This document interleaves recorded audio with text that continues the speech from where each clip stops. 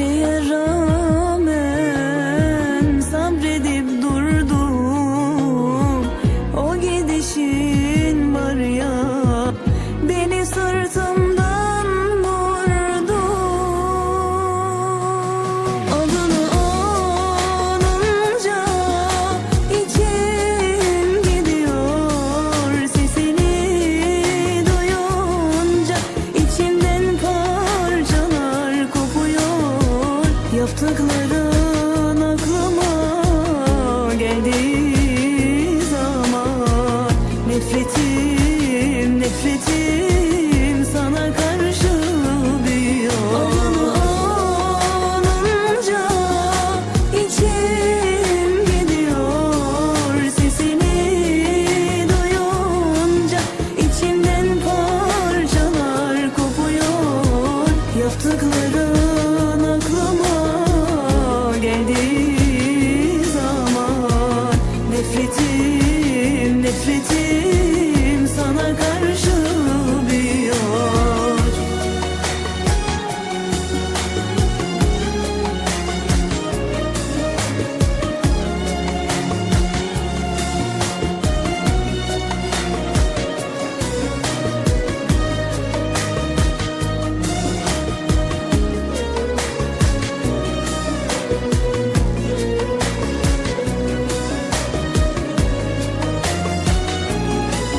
Bilemedim bunu, bilemedim sonumu. Anladım bu da bana kaderin bir oyunu.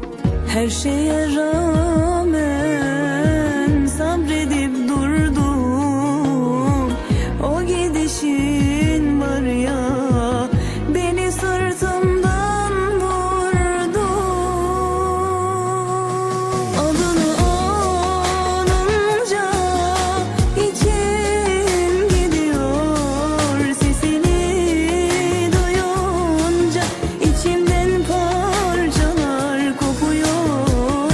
Yaptıkların aklıma geldiği zaman nefretim, nefretim sana karşı büyüyor. Adını anınca içim gidiyor, sesini duyunca içimden parçalar kopuyor.